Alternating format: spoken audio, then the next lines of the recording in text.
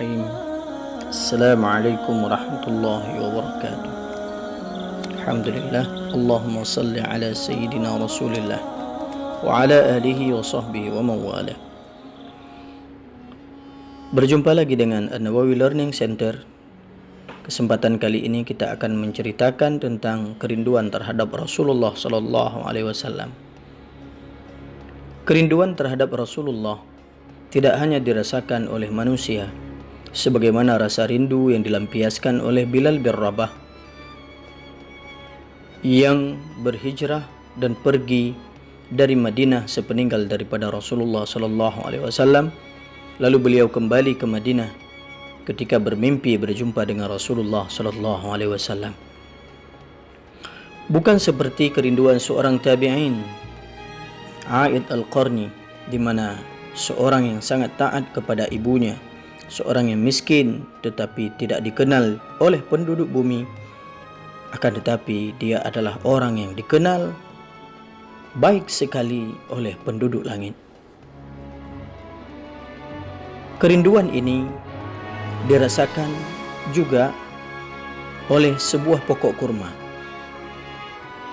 di mana ketika Rasulullah sallallahu alaihi wasallam dalam sebuah hadis yang diriwayatkan oleh Jabir bin Abdullah radhiyallahu anhuma, bahwasanya Rasulullah sallallahu alaihi wasallam ketika beliau berdiri senantiasa beliau menyandarkan dirinya kepada sebuah batang kurma tersebut, hingga seorang wanita dari kalangan Ansar datang kepada Rasulullah sallallahu alaihi wasallam.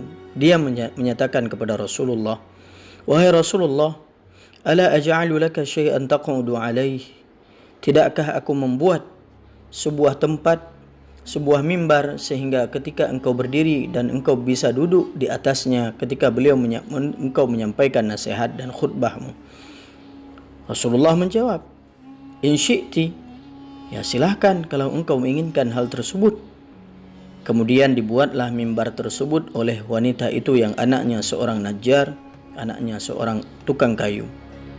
Pada hari Jumat, Rasulullah sallallahu alaihi wasallam menggunakan hadiah tersebut, yaitu hadiah mimbar itu.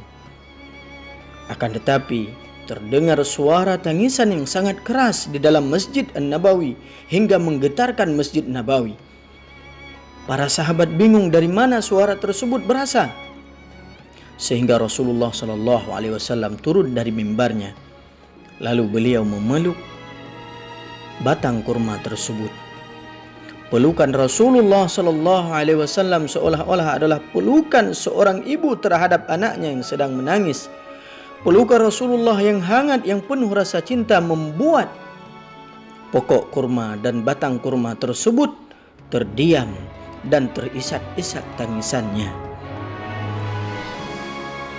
Hadirin yang dimuliakan oleh Allah Subhanahu wa taala, di antara mukjizat Rasulullah sallallahu alaihi wasallam dalam hadis ini, yang pertama, kerinduan manusia terhadap Rasulullah sudah biasa, dan itu ada pada jiwa-jiwa yang merasakan perjuangan Rasulullah sallallahu alaihi wasallam terhadap Islam, terhadap risalah, dan itu wajar dan itu merupakan sebuah kelaziman. Akan tetapi kerinduan dirasakan oleh pokok kurma, batang kurma, yang merupakan sebuah benda, sebuah makhluk Allah yang tidak bisa berbicara, akan tetapi menampakkan tangisannya kepada Rasulullah sallallahu alaihi wasallam, karena begitu rasa cintanya terhadap Nabi, di mana Nabi tidak lagi bersandar kepadanya, akan tetapi Nabi lebih memilih berdiri dan duduk di atas mimbar yang dibuatkan dan dihadiahkan kepadanya.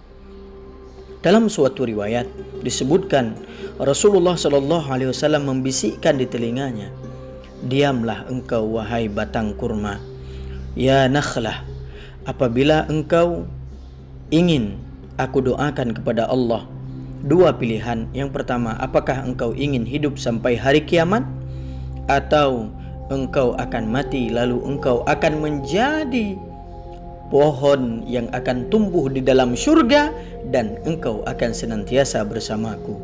Lalu dia memilih pilihan yang kedua. Rasulullah menyebutkan seandainya aku tidak memberikan kepadanya pilihan tersebut dan aku tidak memeluknya dan mendiamkannya, sungguh dia akan menangis hingga hari kiamat. Maka itulah yang dirasakan oleh sebuah pokok sebatang pohon kurma yang merasakan rindunya terhadap Rasulullah sallallahu alaihi wasallam. Imam Hasan Al-Basri mengatakan, kalau seandainya pokok kurma tersebut merindukan Rasulullah sallallahu alaihi wasallam yang merupakan sebuah benda, sebuah makhluk yang bukan manusia, yang tidak mendapatkan risalah Rasulullah, bukan untuk beribadah kepada Allah dan Rasulnya, bukan untuk taat kepada Allah dan Rasulnya, akan tetapi merasakan kerinduan terhadap Rasulullah sallallahu alaihi wasallam, maka wa nahnu ahaqqu an nashtaqu ila Rasulillah sallallahu alaihi wasallam, maka kita lebih utama dan lebih aula untuk merindukan Rasulullah sallallahu alaihi wasallam. Maka perbanyak salawat, ikuti sunnah-sunnah Rasulullah sallallahu alaihi wasallam dan jadikan Rasulullah sebagai teladan. Mari kita tebarkan rasa cinta dan kasih sayang terhadap sesama, terhadap makhluk-makhluk Allah, baik itu yang hidup maupun benda-benda yang mati, karena semua